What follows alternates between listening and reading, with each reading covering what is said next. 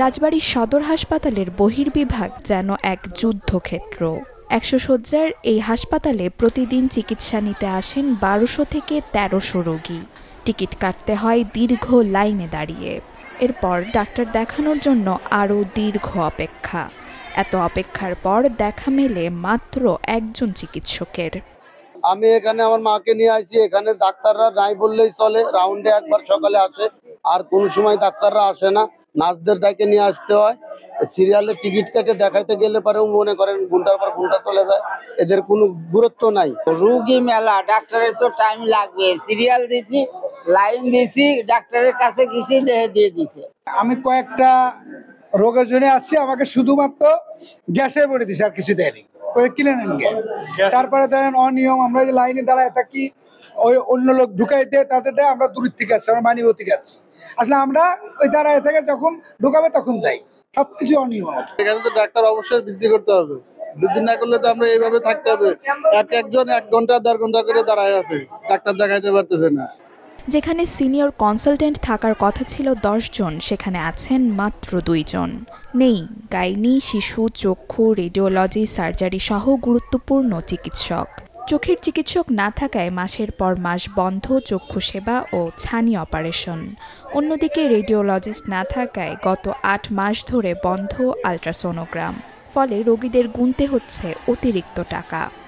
আমাদের সদর হাসপাতালে প্রতিদিন আউটডোরে গড়ে ১২০০ থেকে ১৩০০ রোগী সেবা নেন, এবং আমাদের ইনডোরে ২৫০ রোগী ভর্তি থাকেন গড়ে। তো এই সমস্ত রোগীর চিকিৎসা দেওয়ার জন্য যে জনবল দরকার, আসলে আমাদের ওইভাবে জনবল নাই। আমাদের এক্সিস্টিং যে জনবল আছে তা দিয়ে আমরা আপ্রাণ চেষ্টা করতেছি। আমাদের মেডিকেল অফিসারের সংখ্যা যদি একটু বৃদ্ধি করা যায়, তাহলে আমাদের মনে হয় যে এই সমস্ত আউটডোরের সেবাটা আর একটু সহজ হবে। অবস্থার উন্নতি আনতে কয়েক বছর আগে হাসপাতালটিকে ২৫০ শয্যা বিশিষ্ট করার প্রকল্প হাতে নেওয়া হয়, কিন্তু দীর্ঘ সময় পেরোলেও কাজ থেমে আছে লিফট ঘিরে।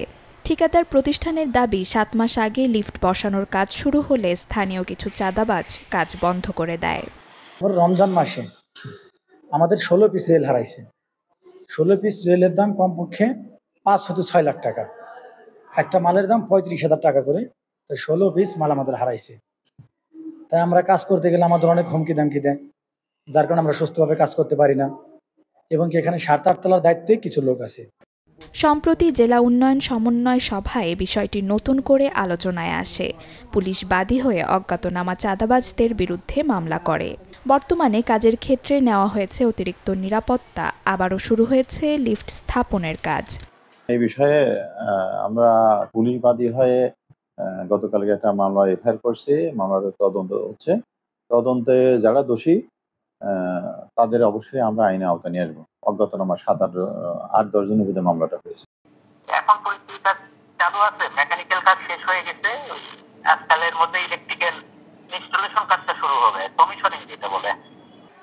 একদিকে চিকিৎসক সংকটে ভুগছে রাজবাড়ীর মানুষ, অন্যদিকে কাঙ্ক্ষিত ২৫০ শয্যার হাসপাতাল ভবন চাঁদাবাজদের কারণে আটকে আছে। দ্রুত জনবল নিয়োগ ও নির্মাণ কাজ সম্পূর্ণ না হলে রোগীদের দুর্ভোগ লাঘবের আশা নেই বলে মনে করছেন সংশ্লিষ্টরা। Desk report, channel 24।